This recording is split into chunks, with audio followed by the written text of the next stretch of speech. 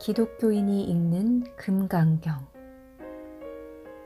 이현주 지음. 추천의 글. 제가 평소에 존경하던 이현주 목사님께서 기독교인이 읽는 금강경을 출판하신다기에 기쁜 마음으로 이 글을 씁니다. 사람이 먹어야 음식이고 병이 나아야 약이듯이 듣고 배워 깨쳐야 불법입니다. 저 하늘의 태양이 누구의 것이 아니듯이 불법 또한 누구의 것도 아닙니다. 누구나 배워 깨치면 그의 것이 됩니다. 목사님이라고 예외일 수 없습니다.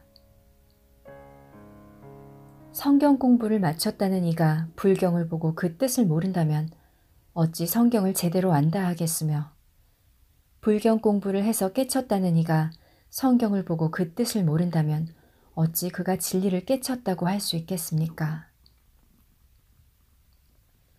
금강경이 일체 중생을 깨닫게 하여 저 언덕에 이르게 하는 가르침이라면 어찌 승려는 깨치고 목사는 못 깨치겠습니까?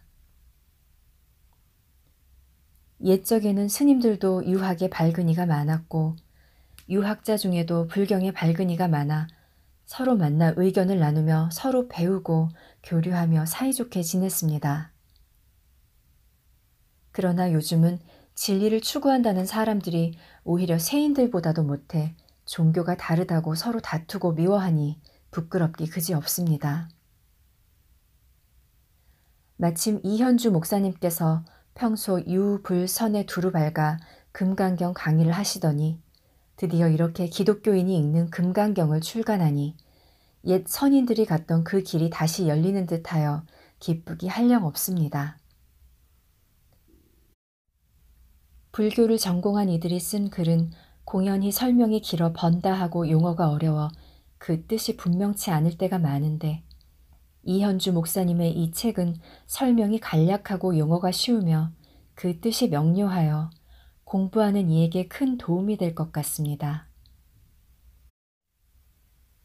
그러나 불교인들이 읽는다면 간혹 용어의 해설이나 역사적 사실 등이 흠을 잡을 수도 있겠으나, 금강경이 일체 상을 여의는 가르침임을 감안한다면 그것 또한 언어와 문자에 집착하는 것이라 읽는 이의 허물이 될지언정 글쓴 이의 허물은 되지 않으리라 봅니다. 정토회 지광 법륜.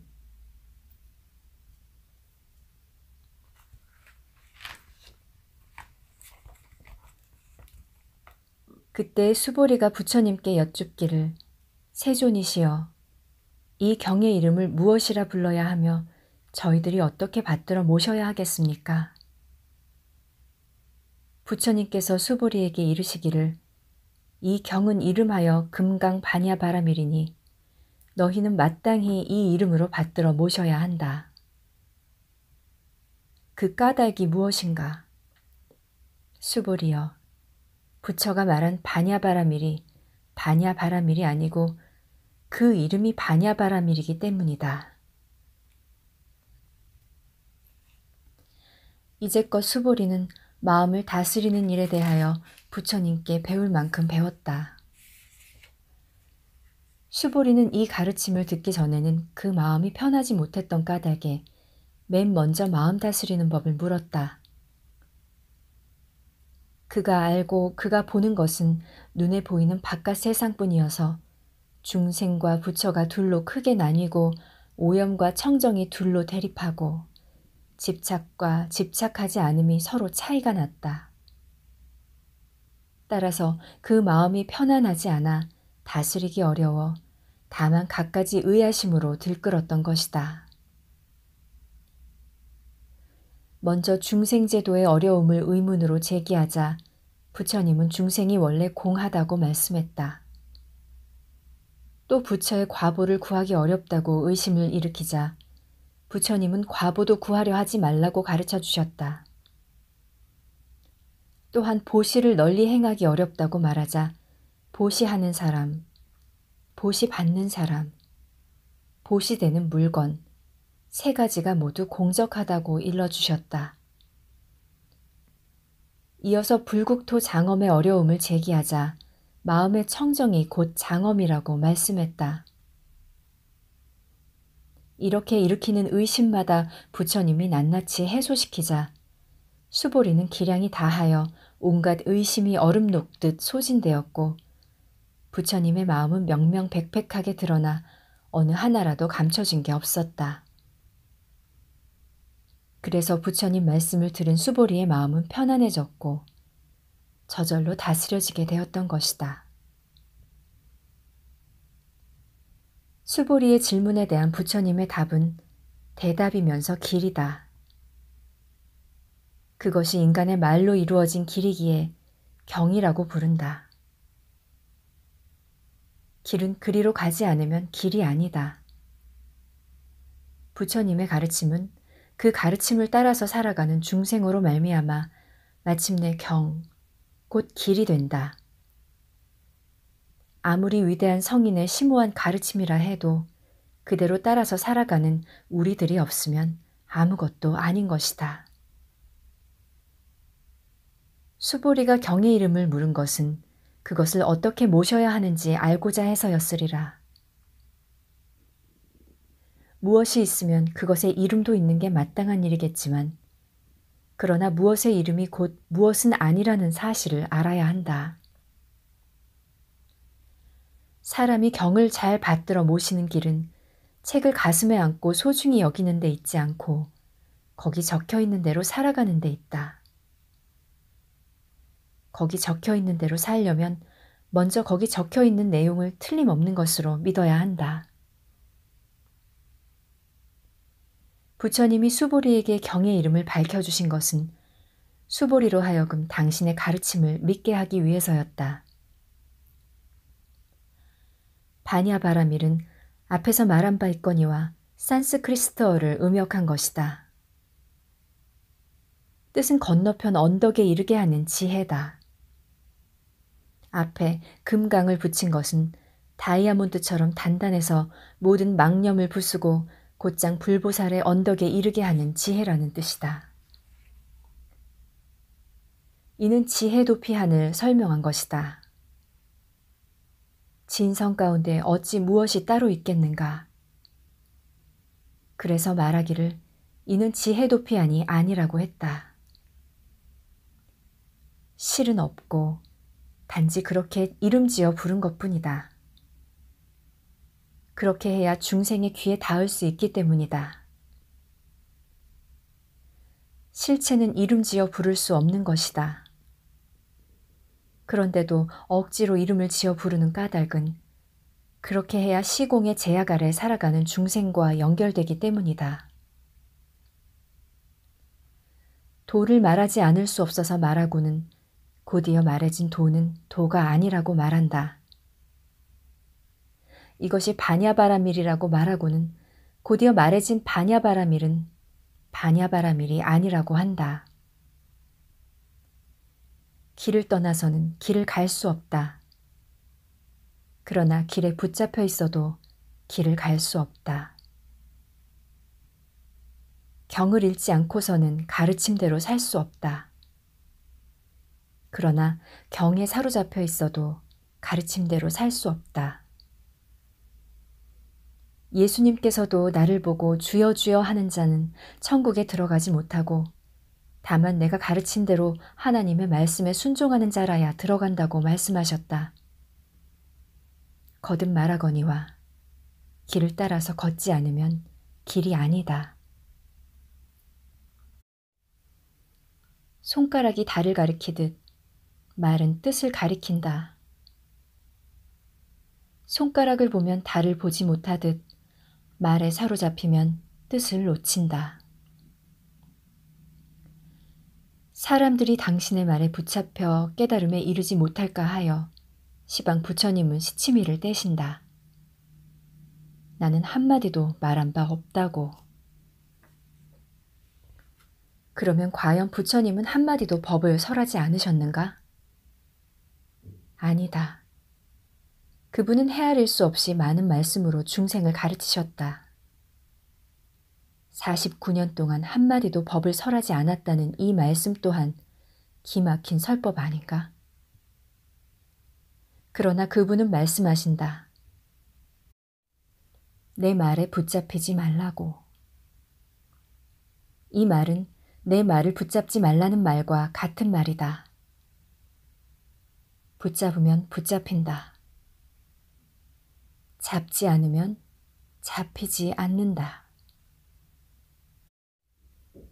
말을 듣되 말에 사로잡히지 않는 것을 다르게 표현하면 말에도 빠지지 않고 침묵에도 빠지지 않는다고 한다.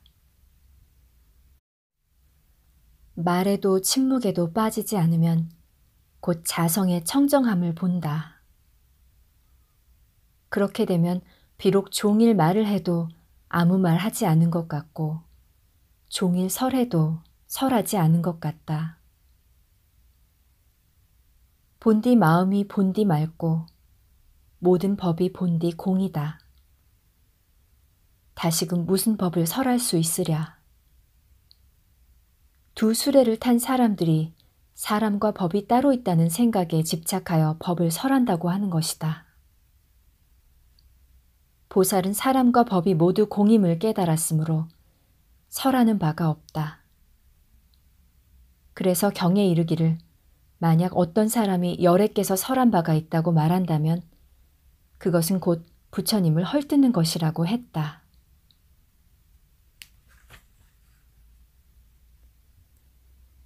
경의 세계는 무한히 넓다.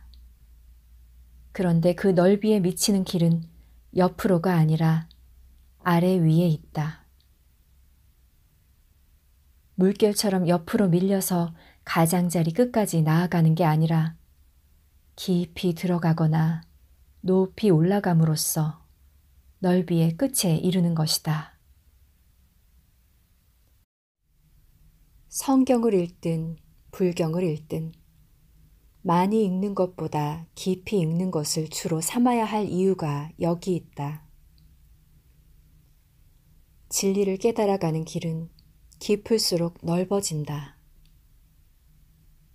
신앙의 연륜이 오래되었다고 하는데 그만큼 남을 받아들이는 품이 넓지 못하다면 열심히 굴을 파기는 했으나 중심을 향해 파지 않고 지평을 따라서 팠기 때문이다. 그런 굴은 두더지 굴이지 진리를 캐는 굴이 아니다. 진리는 언제나 중심에 있다. 중심을 향하는 길은 깊이 들어가는 길이다. 다른 길이 없다. 깊이 들어갈수록 남을 받아들이는 품이 넓어진다는 얘기는 그만큼 나가 무너지면서 남이 사라진다는 뜻이다. 나와 너 사이의 장벽이 무너지는 게 아니라 처음부터 그런 것이 없었음을 깨달아 알게 되는 것이다. 믿는 마음이 깨끗하고 맑다. 아무 꿍꿍이속 없이, 무슨 티끌 같은 욕심도 없이, 기대하는 마음도 없이 그냥 믿는다. 믿는다는 말은 상대에게 나를 온전히 내어 맡긴다는 말이다. 그의 말을 고지 듣고 그대로 응하는 것이다. 나를 상대에게 흡수 통일시켰기 때문에 더 이상 이전의 나는 없다. 경을 믿어서 마음이 깨끗해진 사람은 그의 삶이 곧 경의 실현이다. 바울의 고백대로 이제는 내가 사는 것이 아니라 그리스도가 내 안에서 사시는 것이다. 그렇게 되면 그의 모습이 곧 참된 사람의 모습이다. 그러나 그 참모습을 어디에 별개로 존재하는 한 모습으로 여긴다면 안 된다. 그런 것은 없기 때문이다. 참모습은 모습이 아니다. 물결에는 모양이 있고 크기도 있지만 물에는 그런 것이 없다.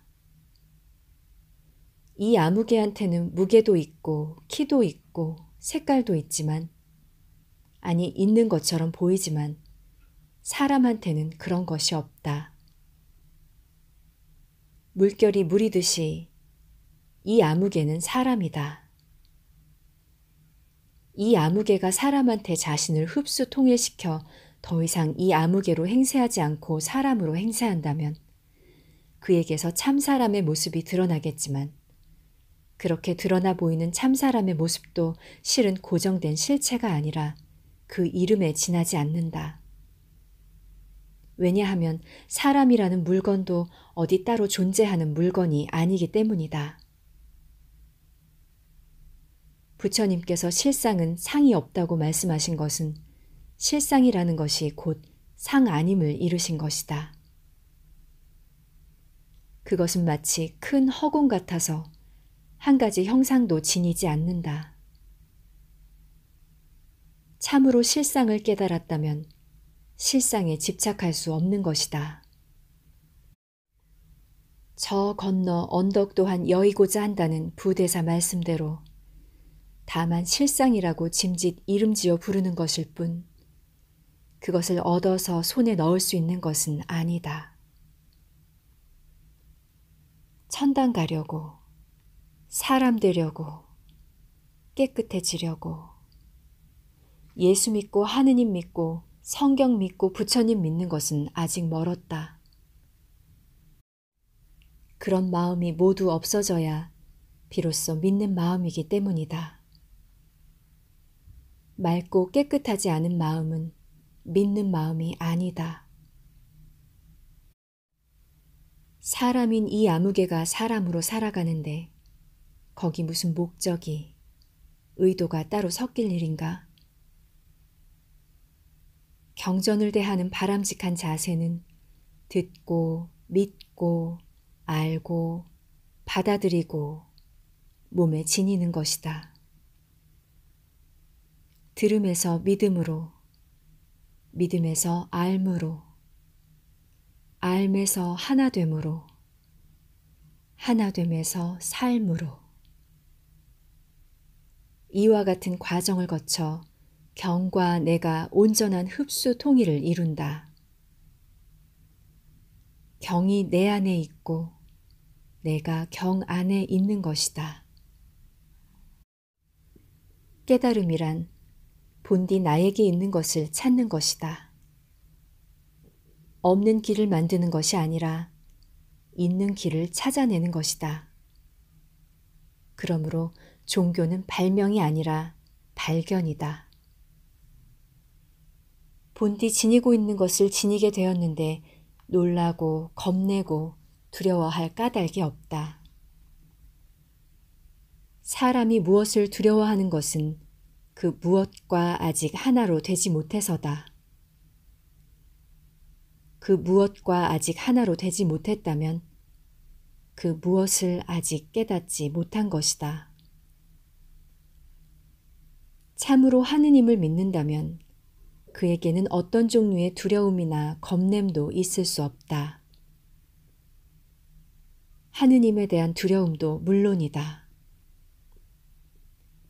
바라밀은 도피안이라고 번역하는데 보통 고해를 건너 열반의 언덕에 이르는 수행 방편을 가리킨다.